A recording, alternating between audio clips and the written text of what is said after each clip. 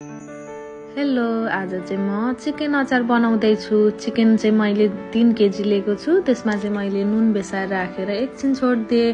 त्यसपछि मैले मजाले डीप फ्राई गर्दै छु। डीप फ्राई गरेर पनि भ्याइसके। अब चाहिँ त्यही तेलमा म अलिकति तेजपत्ता फुराउँछु। त्यसपछि काटेर राखेको अदुवा लसुन, त्यसपछि लसुन अदुवाको पेस्ट मजाले तेलमा फ्राई गर्ने। एकछिन फ्राई भइसकेपछि त्यसपछि म यसमा राख्दै छु पिसेको अदुवा लसुनको पेस्ट। त्यसलाई पनि मजाले चलाउँछु। कस्तो फ्रिज आएको छ। अब यो चलाउँदै गएपछि आफै हराउँछ फ्रिज चाहिँ। एकछिन मजाले चलाउने। यो चाहिँ चलाउँदा नै पकाउनु पर्ने हुन्छ। मजाले चलाइसकेपछि त्यसमा म बेसार राख्दै छु। बेसार राखेर एकछिन चलाउँछु।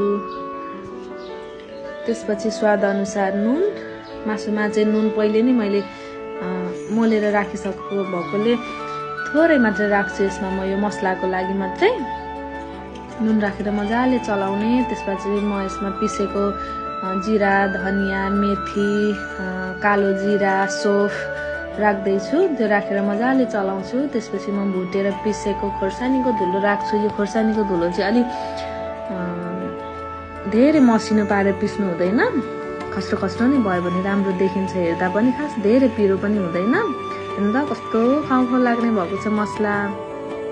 अब यसमा चाहिँ म अब अघि फ्राई गरेर राखेको सबै चिकनलाई एड गर्छु अनि मजाले सबैतिर लाग्ने गरी चलाउँछु।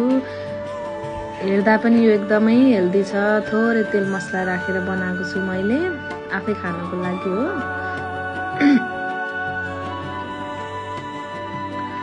मजाले सबैतिर मरमसला मोलिसकेपछि चाहिँ यो यतिको देखिएको छ। यसमा चाहिँ मैले थोरै तिल राखेँ। यसमा मैले थोरै भिनेगर पनि एड गरेको छु। एकदमै यम्मी देखिएको छ। By by.